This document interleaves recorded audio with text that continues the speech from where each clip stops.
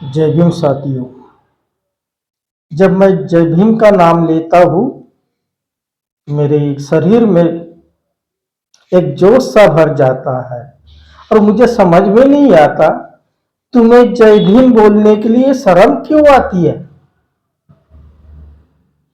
हाँ, जाति से मार हूं और उसका मुझे गर्व है। मेरे पूर्वजों पे नाज है।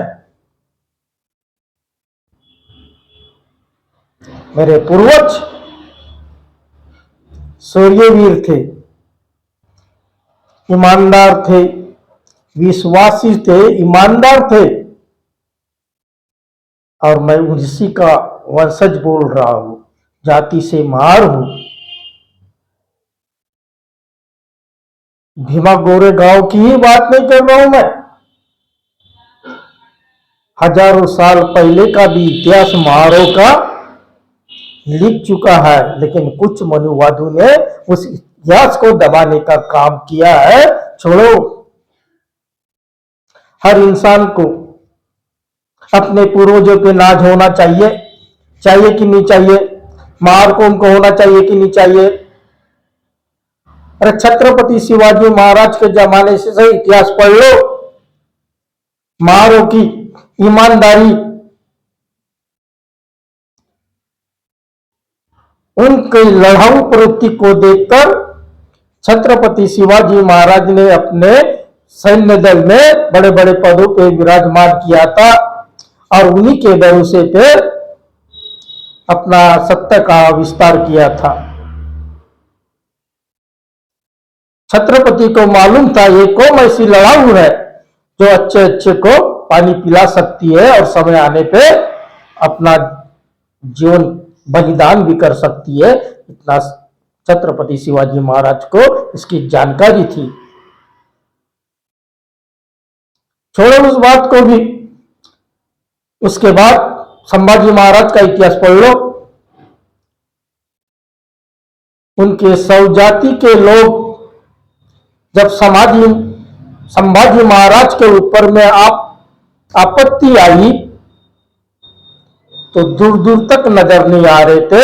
उस समय में महार को हमारे वंशज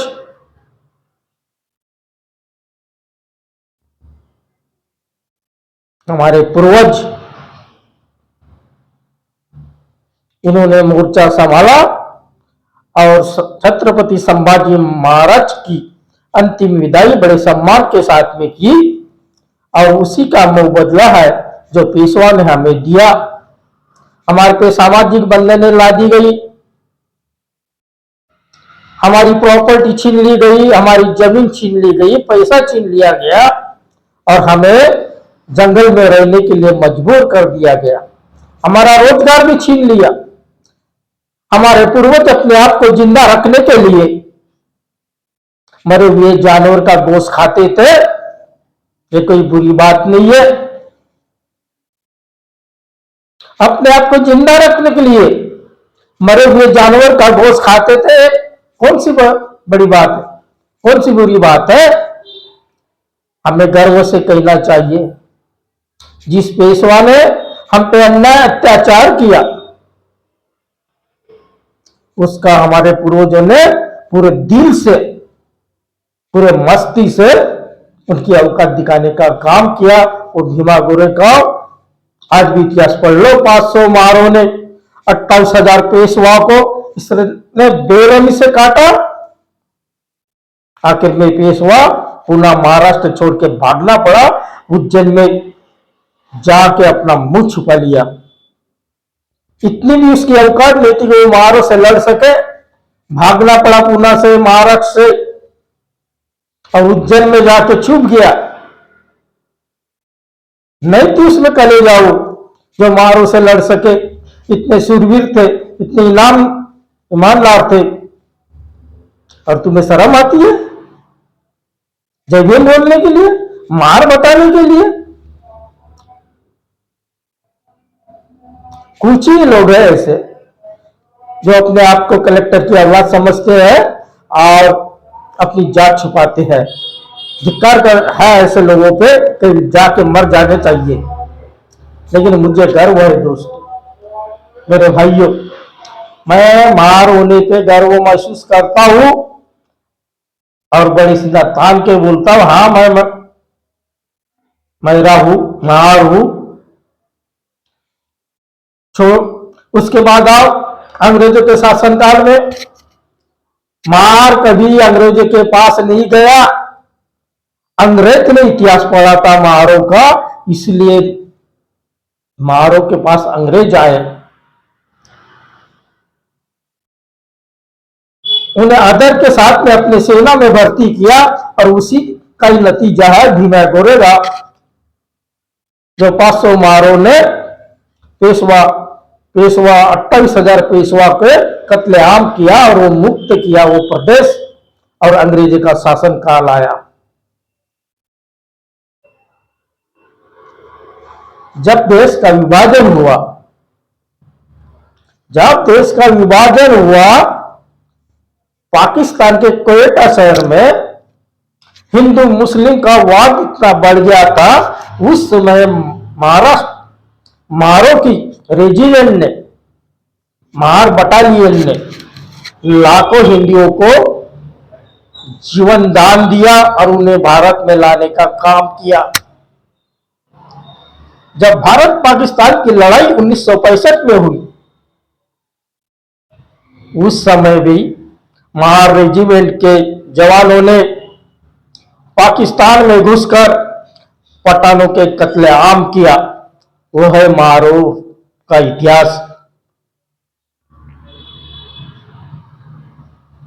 और उतना ही नहीं, जब चीन और भारत की लड़ाई हुई तो चीन के सांघाई प्रदेश में मार रेजिमेंट गई, चाइना उसे लड़ा और आखिर में बलिदान दिया। वो मार कौम है, वो महार रेजिमेंट है। आज पूरा इतिहास पढ़ लो, 250 प्लस पदक, चाहे वो परमवीर चक्र हो, अशोक चक्र हो, वीर चक्र हो, ऐसे 250 प्लस मेडल महार रेजिमेंट ने अपने खाते में डाले। ऐसा कोई रेजिमेंट नहीं इस देश में।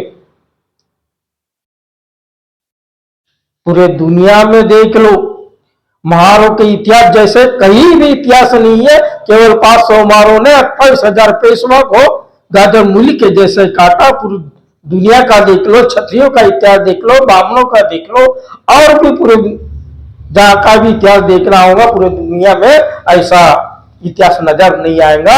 इसलिए मैं बोलता हूं, मारो, हमें अपने पूर्वजों पे गौरव होना चाहिए।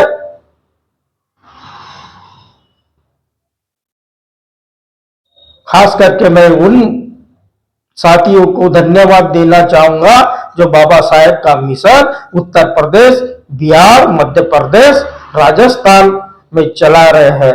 वो चमार जाति के लोग, जाट समाज के लोग, यादव समाज के लोग हमारे छोटे भाई हैं, और वो जो बाबा साहब का मिशन चलाने के लिए पूरे जोर से ताकत लगा रहे हैं, उनने हर आम्बेडकरवादियों का, हर मारों का संयद होना चाहिए।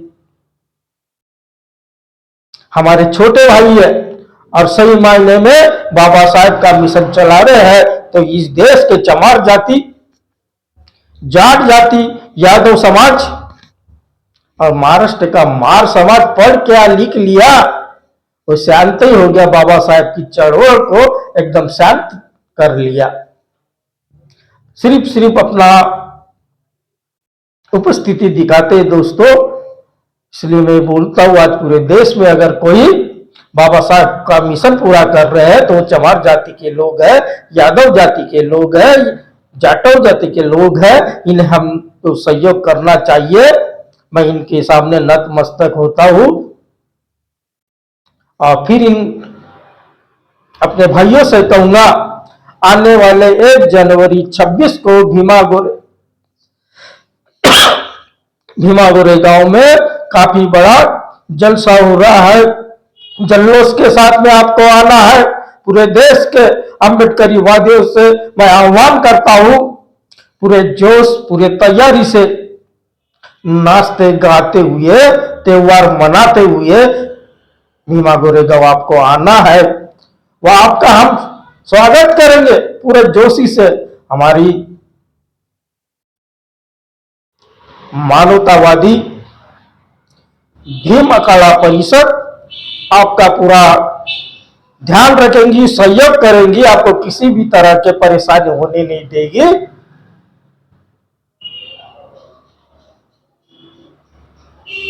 जय भीम, नमो बुद्धाय, जय संविधान।